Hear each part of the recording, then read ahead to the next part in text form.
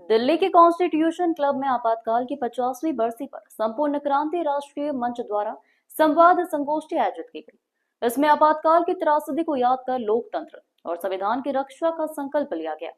कार्यक्रम की अध्यक्षता डॉक्टर राम प्रवेश सिंह ने की और संचालन पूर्व सांसद डॉक्टर सूरज मंडल ने किया।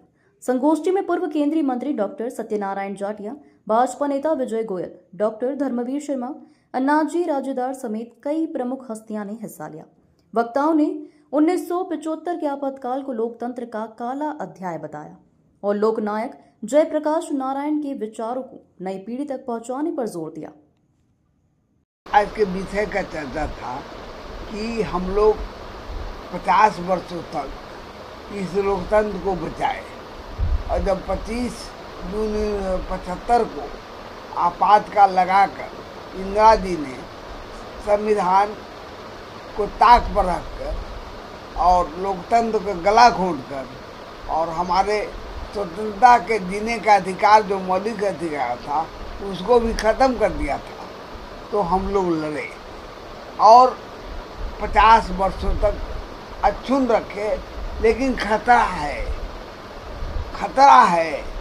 इसी खतरे से वाकिफ कराने के लिए आज की पीढ़ी को हमने आह्वान किया है कि हम लोग तो जाने वाले हैं, इस देश को बचाओ, मेरे बच्चों संभाल कर लाया हूँ तूफान से किश्ती निकाल के, अब तुम्हारे हाथ में है, हमारी शक्ति अब नहीं है, तो सा आवेगा तब उसको हम खत्म करें। इसलिए यही संवाद जन जन में पहुँचाने के कि भारत के लोग सचेत हो जाए, खास करके छात्र, युवा, नौजवान, शिक्षक, बुद्धिजीवी वर्ग, श्रमजीवी वगैरह, व्यापारी वर्ग, जो उन्होंने दुख देखा है, भोगा है इमरजेंसी में, वो सचेत हो जाए और पीढ़ी को अवगत कराए।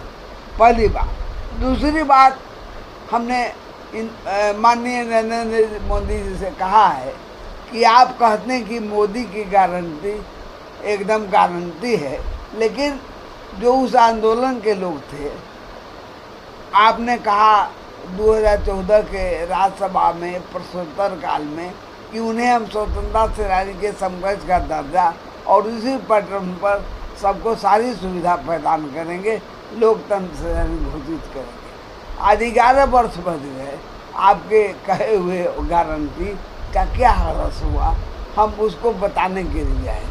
तीसरी बात हमारी थी कि आज जो है मध्य प्रदेश सरकार जो लागू किए हैं मॉडल, वो मॉडल पूरे देश में लागू हो, लेकिन सिर्फ मीसा एयर के लिए नहीं मिले, बल्कि विभिन्न धाराओं में, और यहाँ तक कि जो भूमिगत रहे मोदी जी के जैसा, उन्हें भी ये सुविधा प्रदान किया जाए और लोकतंत्र सेनानी घोषित कर उस मॉडल को लागू किया।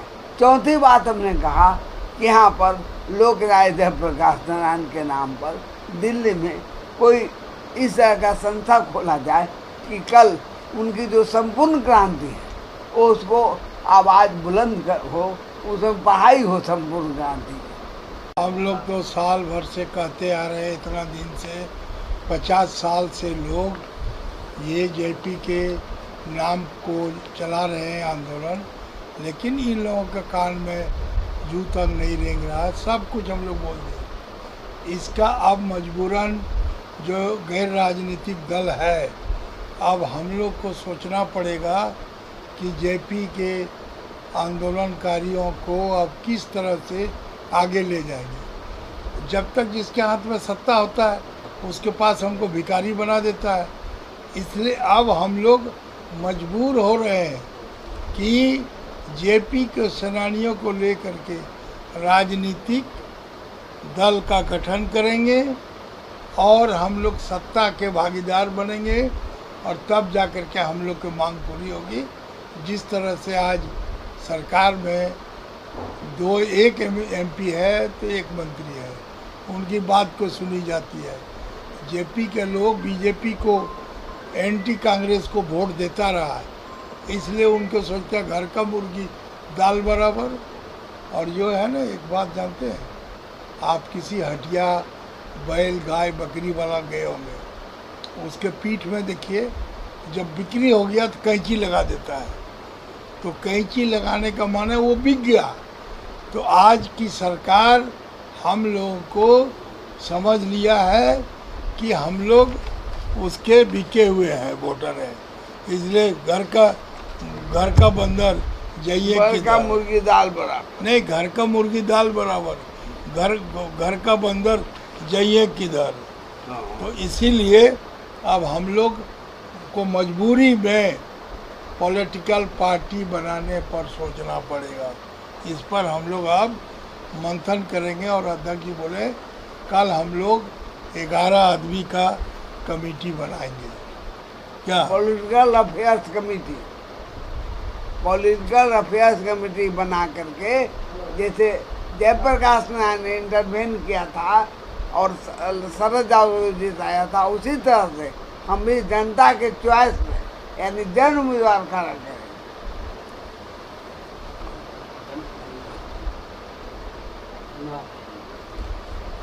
और आप लोग हमारे पास आए और इस संदेश को फैलाए कि आगामी चुनाव में बिहार में होने जा रहा है जन विवाद भी खड़ा करने की प्रबल संभावना संपूर्ण क्रांति राष्ट्रीय मंच की ओर से है।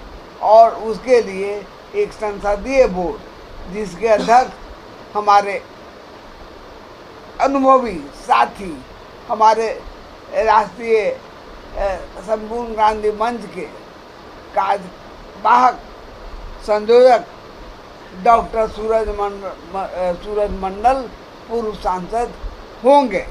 इनको बनाया गया है और कल हम लोग अन्य लोगों को इसमें शामिल करेंगे, 10 आदमी को, लेकिन उसके यही होंगे।